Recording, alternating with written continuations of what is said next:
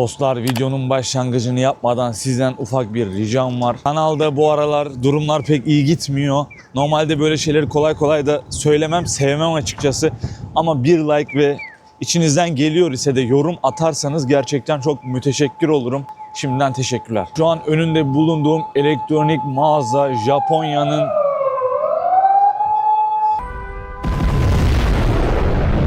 tekrar söylüyorum, Japonya'nın en büyük elektronik marketlerinden biri. Böyle 7-8 tane katı var ve o katların içinde elektronik bölmeleri yapmışlar. Örnek veriyorum, birinci kat full bilgisayar, ikinci kat full telefon, üçüncü kat televizyon eşyaları vesaire, ev elektronik eşyaları gibi düşünebilirsiniz. Böyle bayağı içeride var. Şimdi içeri gireceğiz, onu inceleyeceğiz. Bizim tarzımızda olacak. Önceki videomu izleyenler bilir, izlemeyenler direkt onu izlesin sonra buraya gelsin. Dostlar, öncelikle şunu göstermek istiyorum. Bakın, adamlar bütün katların olayını yazmış. Şu an biz bir B1 katındayız. Şöyle hemen size göstereyim. B1 katında böyle eşyaların olduğunu söylüyor. Alkol ürünleri. Bakın, DJI. İlk göstereceğimiz ürün bu arada. Hemen bunu göstereceğim. DJI'yi aldın, SD kartları. Bakın, bütün SD kartları burada. Teleskop, fotoğraf makineleri, yine dürbün. Bu katta bu var. Birinci katta bakın, telefondur, pildir, powerbank, akıllı saat gibi böyle Dragstar ürünleri, kozmetik ürünleri. Birinci kat burası. İkinci kat böyle. Üçüncü kat direkt hızlı size göstereyim. Zaten katlarda genel olarak uzun bunları inceleyeceğiz. Böyle toplamda 6 kat var ve şöyle Wi-Fi şifresiyle beraber tax free'nin de geçtiğini, tax free'yi biliyorsunuz. Hemen bir tane rastgele ürün göstereyim. 14.520 ama tax free ile sana 13.200'e düşüyor. Sen bunu nasıl 13.200'e düşürüyorsun? Oturum kartın veya pasaportun yanında ne varsa onu gösterdiğin zaman hemen senin burada düşüyor. Dostlar, benim de elimde bulunan kamera, bütün YouTuber'ların elinde bulunan kamera DJI Osmo Pocket 3. Buradaki fiyatı 79.860 ama bu ne? Bu Creator Combo fiyatı. Yani Creator Combo ne? Hemen size şunu da göstereyim. Bakın, Creator Combo'da bu içindeki olan her şey var. Bunlar mecbur. Abi, almak zorundasın.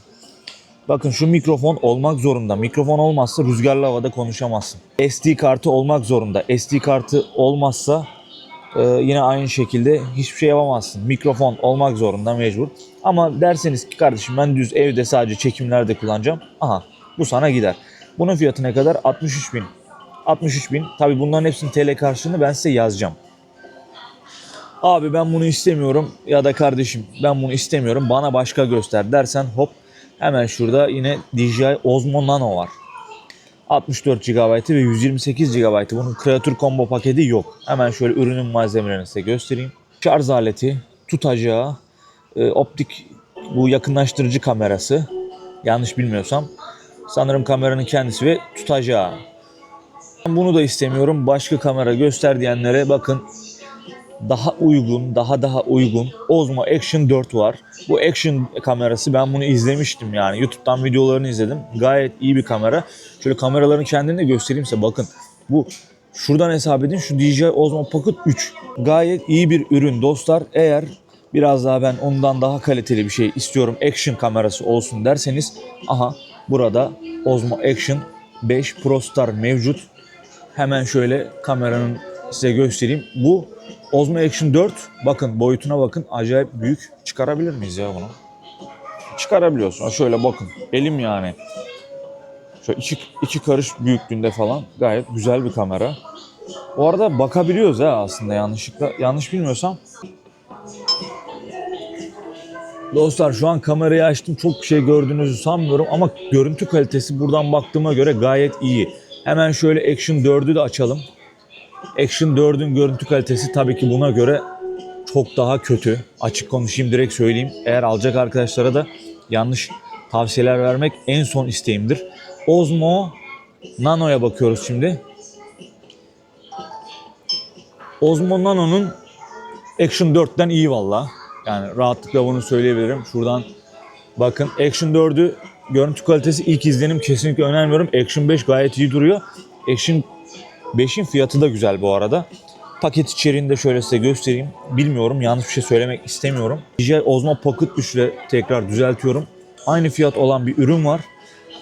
Bakın, ürünün adı Osmo Action 6. Vallahi kamerası çok iyi. Şu an ilk görüntü ve ilk izlenimi söylüyorum size. Gayet iyi. Şöyle ters kamera döndüremem. Ha, zaten tersmiş. Her şey Japonca olduğu için yanlış bir şey yapmak istemiyorum. Ama gayet iyi. Bakın şöyle bir Osmo reyonu var. DJI reyonu. Ondan sonra şurada fotoğraf makinesi reyonu. Daha gelişmiş fotoğraf makinesi ve ekstra gelişmiş fotoğraf makinesi reyonu var. Şurada tutangaçlar falan, bavullar falan da var. Hepsini gezeceğiz şimdi. Atıyorum, DJI Pocket 3'ü aldınız. Hemen size geliyor oradan. Buradaki çalışanlar bana öyle yaptılar. Gelip burada size diyorlar ki bak bunları da alman lazım. İçinde SD kartı yok. SD kartı yok. Buradaki fiyatlar burada bakın bu şekilde. Ben şu 14.000'li aldım. 128 GB aldım. Bayağı 4 tane yarım saatlik video çektirtiyor. Bunun da fiyatı 14.000. Örnek veriyorum 77.000'di. Bakın 77.000. Üzerine 14.000 daha koy. Bir de en yukarı kata gönderiyor sizi. Her şey burada ayarlı. En yukarı kata gönderiyor. Orada kırılmaz cam ekranı taktırıyorsun. Ondan sonra zaten size ortalama 100.000'e yakın geliyor. Dostlar bakın şurada görmüş olduğunuz gibi bildiğin YouTuber setleri, bu mukbang videoları yapanlar var ya, onlar için böyle bir köşe gibi bir şey yapmışlar. Biliyorsunuz bu Japonya'da, Güney Kore'de çok ünlü. Oturuyorlar, yemek yiyorlar ve bu yemeğin sesi insanları rahatlatıyor. Yani şimdi diyeceksiniz ki böyle bir şey mi olur? Aranızda elbet bilenler vardır ve bunların bayağı bir izleyicileri var. Bayağı bir izleyicileri var. Öyle böyle değil yani. Dostlar bir tane bile izleyicimiz varsa bunu merak eden çekmek zorundayım. 600.000, 475.000 yen. Çok büyük paralar bunlar. Lumix marka, şöyle görüyorsunuz. Makine bu arada. Nasıl gösteriyor bilmiyorum şu an kamera. Canlı gözle görmeniz lazım. Bakın sadece şöyle süzgeçlerim artık ne oluyor bilmiyorum. Bunların fiyatları bile tek başına 150.000, 200.000 yenler. Müthiş kameralar gerçekten, yani çok güzel görünüyorlar ve çok profesyonel görünüyorlar. Gerçekten dediğim gibi ilgilisi varsa burası bir fotoğraf makinesi cenneti. Bakın her şey burada çok profesyonel. Ortalama 300.000, 400.000, 500.000 bu bantlarda fiyatlar mevcut. Şöyle biraz daha düşük fiyatlı, yani düşük derken buna nasıl düşük diyeceğiniz bilmiyorum. 3 tane DJI Pocket fiyatı. Şu tarz şeyler de mevcut. Bakın ne için kullanılıyor? Doğa çekimleri için. Görmüş olduğunuz gibi bayağı bir profesyonel çekim bunlar. Bu kamerayı gerçekten size göstermek istiyorum. Burada gördüğüm en yüksek, en pahalı fiyat olabilir. 1 milyon yen, 935 bin yen, 27 bin yen. Sanırım bu ekip halinde 2 milyon yen falan olsa gerek. Çoğu YouTuber'ın kullandığı bu Rode'un mikrofonları var. Bakın o da 35 bin yen, 19 bin yen olmak üzere. Fiyatlarını burada görüyorsunuz. Birinci katta görmüş olduğunuz gibi alkol reyonu da vardı. Şöyle bakın. Şuradan başlıyor. Şöyle dönüyorsun. Her yer alkol. Her yer alkol. Gerçekten kaliteli alkolleri var. Şöyle görmüş olduğunuz gibi şeyleri çok güzel duruyor. Gerçekten kutuları falan çok güzel duruyor. Dostlar B1 katında işimiz bitti. Yani çok fazla bir şey yok. Genel olarak kamera ağırlıklı. Onun dışında ekstra bir yok. Zaten 6 kat var toplamda. Şimdi çıkmamız gereken kat birinci kat. Huawei'in akıllı saatleri her bütçeye göre var. 60 binden böyle başlıyor. 23 bine de var. 11 bine de var. 8 bine de var. Hepsinin bunların fiyatlarını yazacağım zaten. Gerçekten güzel görünüyor saatleri. Ya burada aklınıza gelebilecek her şey var ve sadece buraya yeter ki az bir şey bir bütçeyle gelin. Size uygun şeyler var. Bakın sporcu saatleri. Şöyle Active Max'lar. Bakın görüyorsunuz zaten her şeyini örnek olarak üstüne koymuşlar. Buradan inceleyebiliyorsunuz. Bakın şu tarz bir yüzükler de var. Ne olduğunu anlamadım. Sanırım bunlar da elektronik. Bir işe yarıyordur yani, eminim. Bakın aha, elinize takıyorsunuz. Ondan sonra nabzı her şeyi mi gösteriyor acep? Olabilir. Şöyle bilenler varsa yoruma yazsın. Gerçekten bu konuda şu an bir bilgim yok. Yanlış bir şey söylemek istemiyorum. Arkadaşlar bir ton insan burada telefon bir şeyler alıyor. Oturmuşlar. Sözleşmelerini imzalıyorlar.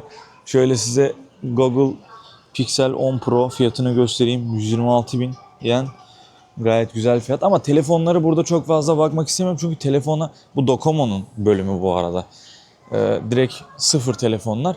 Telefonları en yukarı katta inceleyeceğiz zaten. Bu katın özelliklerinden biri de powerbank'lerdi zaten. 2000 amper powerbank. Şöyle bakın, fiyatı 4000 yen. Ama bunlar ikinci el. Hiçbiri sıfır değil. Bu powerbank'ler dediğim gibi gayet güzel görüntüleri var ama ikinci el powerbank'ler. Buranın zaten olayı bu. Big Kamera'nın olayı ikinci el çoğu ürün ama sıfır reyonları da çok mevcut. Bakın 30.000 amper. 30.000 amper fiyatı 4.000 yen. 5.000 yen pardon.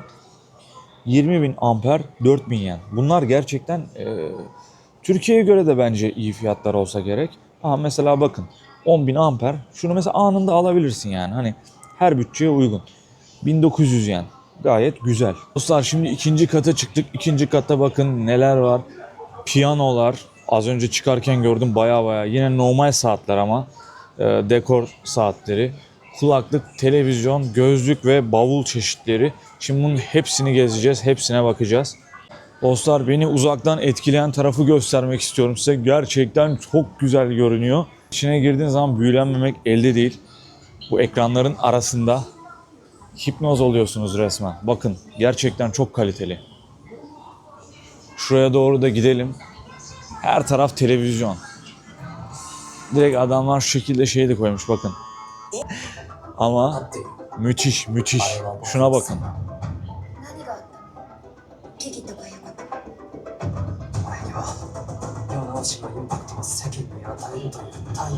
Yine bütün her yer tabii ki televizyon. Adamlar o reyona bir şey koyuyorsa onun hakkını verene kadar her yeri onunla donatıyorlar. İnanın bir sürü seçenek ve reyon vardır.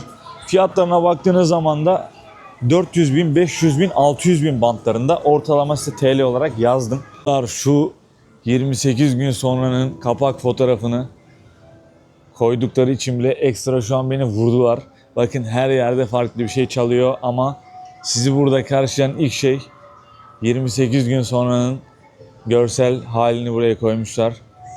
Yıllar geçse de 2000 başında yapım ama her zaman böyle akılda kalıcı olacak.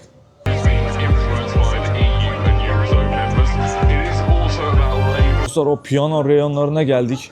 Yani dediğim gibi alıcısı bir tane bile varsa izleyicimiz ya da bundan dolayı izleyen, onlara göstermek yine boynumuzun borcu.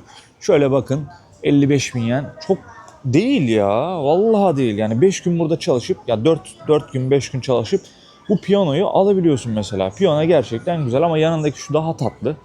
Daha böyle bir estetik duruyor. Oturup çalabiliyoruz mu? Ama vallahi çalabiliyoruz. Dostlar YouTube'u bırakıyorum. Artık yeni mesleğim.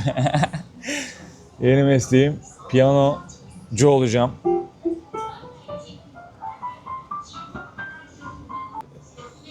Çok da abartmanın anlamı yok. Sonuçta bilmiyoruz. Ama oturup hepsini tek tek deneyebiliyorsun.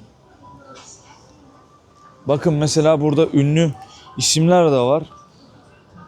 Herhalde onlar da mı bu şeyle çaldı? Bilmiyorum, gerçekten bilmiyorum. Çok anladığım bir şey değil. Tekrar söylüyorum, çok anladığım bir şey değil. Sadece size göstermek amaçlı gösteriyorum. Şöyle koymuşlar. 440 bin yen demiş buna ama hakkını harbiden hak eden bir piyano. Gerçekten güzel duruyor. Şurada her bütçeye göre var. Bakın az önce de gösterdim. 50 bine de piyano var. 50 bine piyano var.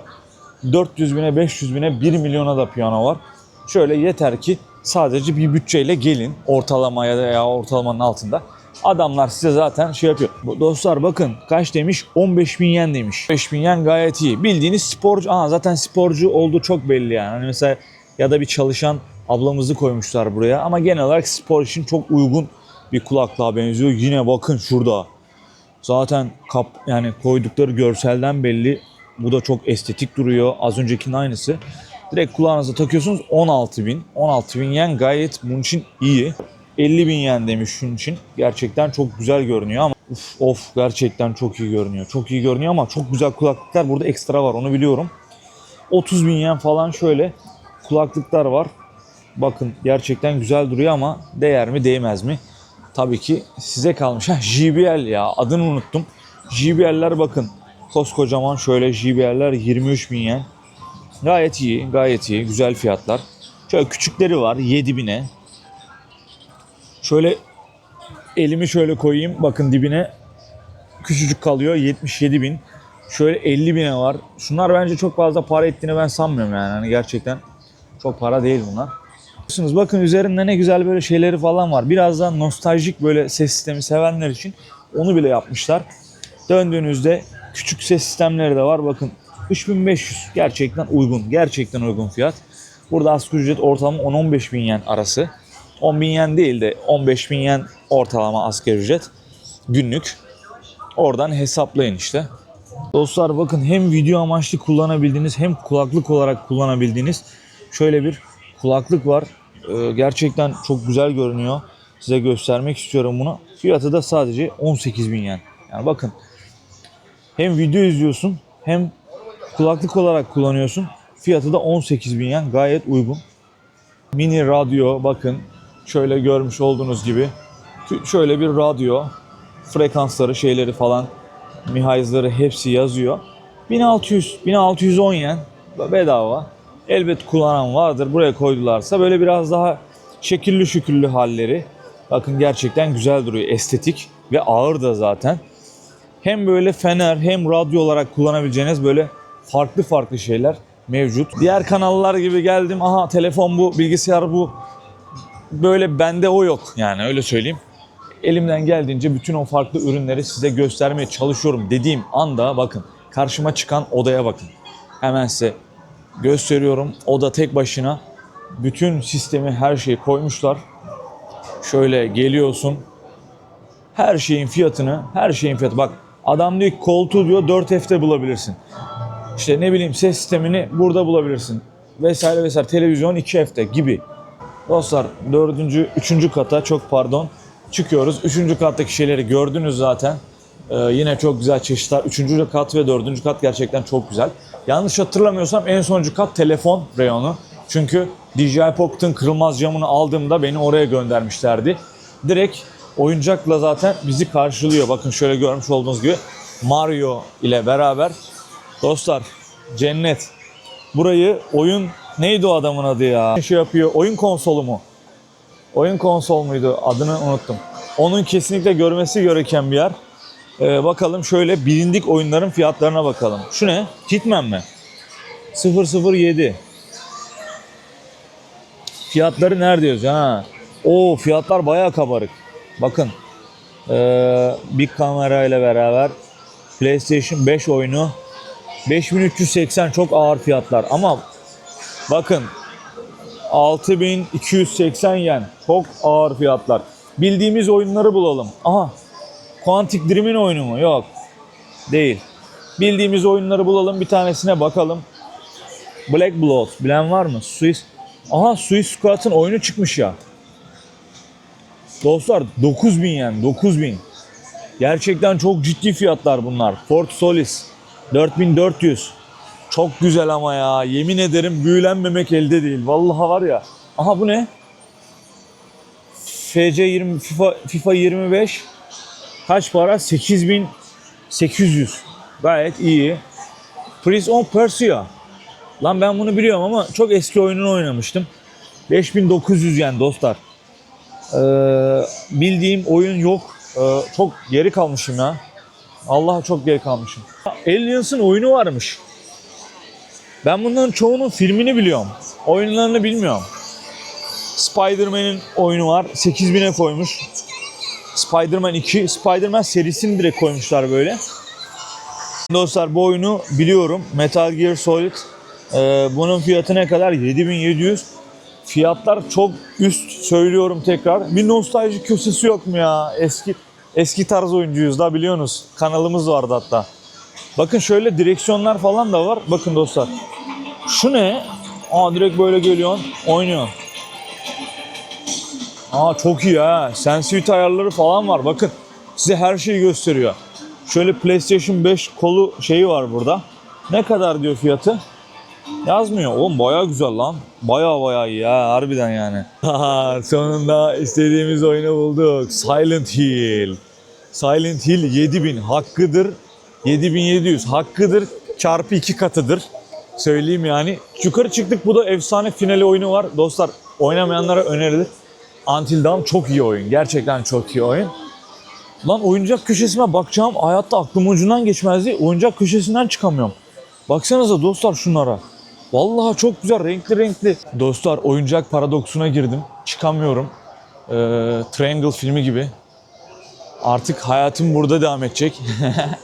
Yani çıkamıyorum. Nerede? PlayStation katı mevcut ama nereye çıktığını bilmiyorum. Böyle bir kapısı var. Az önce biri girdi buna. Bulacağız dedik, bulduk. PlayStation 5'in fiyatı 55 bin yen, sıfır. İkinci el falan değil, direkt sıfır. Bakın kutusunda 55 bin yen ne ediyor biliyor musunuz mu dostlar? 55 bin yenin TL fiyatını attım. Şimdi size buradaki çalışma fiyatını söyleyeyim. 3 gün. 3 gün burada çalışıp bir yerde git ya kardeşim. Yolda şeyler var dostlar. Mesela inşaat halinde bir yer. Onun kapısının önüne gidiyorsunuz. Ama oturumlu olman lazım tabii ki. Kapısının önüne gidiyorsun. İşte işverenleri var. Kapısının önünde insanlar arabalarıyla geçerken onlara dur geç yap işleri var. Onlar 1,5 milyon saatliği.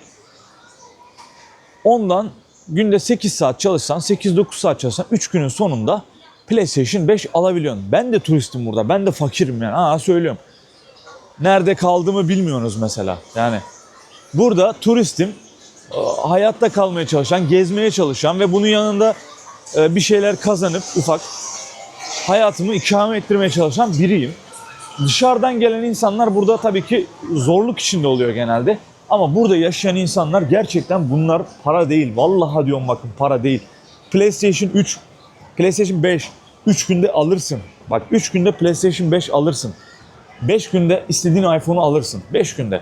En fazla yani o da yüksek iPhone. Mesela yoksa benim aldığım iPhone 12. Mesela örnek veriyorum göstereyim. Bunu 2 günde de alırsın. Ama iyi bir iPhone almak istiyorum diyorsan onu 5 günde alırsın. Güzel bir laptop 5 günde alırsın. Bak 5 günde güzel bir laptop alırsın. Bunlar yani böyle dostlar. Burada ekonomi bu şekilde, kazanç eşittir emek eşittir item karşılığı bu şekilde. Abi şuraya bak ya, yemin ederim size büyüleyici. Vallahi diyorum büyüleyici. Şu kata bir bakar mısınız? Şu laptopa bakın ya. Yemin ediyorum var ya, zaten Don't Touch Enter falan yazıyordur yani sağında solunda. Ben göremiyorumdur. Abi dokunsak ne olur ya? Müşteriyiz daha sonuçta, belki alacağız. Aha. Direkt bilgisayarın sistemini attı. Burada bütün özelliklerini attı ve fiyatı 530 bin yen. 480 yen. Yani Daksuri ile beraber bakın 50 bin düşüyor. Daksuri şurada görmüş olduğunuz gibi 50 bin yen düşüyor. 3 taksit falan var herhalde ya. Yazılardan bir şeyler yola çıkmaya çalışıyoruz. Bilgisayar canavar ya. Yemin ediyorum canavar. Aha şöyle sistemler de var bakın. 14.900 diyor. Bir şeye 35.000 diyor. Bir şeye 29.000 diyor. Bunun kendisi 100 binse eğer direkt alalım yani. Türkiye'den yardım edin dostlar. Ben birine göndereyim direkt. Yani bakın dostlar, kasalar yine bu şekilde mevcut. Kasaya 259 bin yen demiş. Bakın görmüş olduğunuz gibi. Ama kasa da vallahi kasa ya. Şu kasaya baksanıza. Çok güzel görünüyorlar. Şöyle yine şeyler mevcut. Abi şuraya bakın ya. Vallahi gerçekten müthiş. Gerçekten müthiş. Şöyle bütün sistemleri hazır önünüze koymuşlar. Oyuncu koltuklarını direkt şöyle şuradan aşağı böyle dizmişler yani. Şurada direkt hazır set kurmuşlar. Hazır setlere bakalım. Yüksek ihtimal oturmayın, dokunmayın falan yazıyordur. Ellemeyeceğiz zaten. Amblem her şey falan çok orijinal. Şuna bak şuna. Gerçekten çok güzel. Gerçekten çok güzel. Koltukları falan da çok tatlı ha, bakmayın yani. Dediğim gibi elbet belki oynayıcısı, kullanıcısı ya da geldiğinde almak isteyeni vardır. Oynayabiliyoruz mu? Al oğlum, ne diyorsun sen? Dostlar şuna bakın. Çok iyi. Abi. Bunu işte kullanması zor, bilmiyorum yani. Nereden bileyim abi kullanmasını. 169 bin yen fiyatı var ya, hak ettiğine %1 milyon eminim yani. Şöyle bir kullanalım ya. Çık. Aha çık. Çık tuşuna bastık mı? Yok ya, kullanabildiğim bir şey değil. Ama 80-90 bin yen. Bakın. 90 bin yen dostlar. Aa şurada yabancı abilerimiz de ciddi bir şekilde kontrol ediyor. Yüksek ihtimal alıcılar yani. Adamlar başında duruyor. Şöyle bunlar da var. Ne olduğunu bilmiyorum. Weak Streak Pro FC diyor. Vallahi bilmiyorum ne olduğunu. Her yer monitör, her yer ekran. Yeter ki siz isteyin, almak isteyin.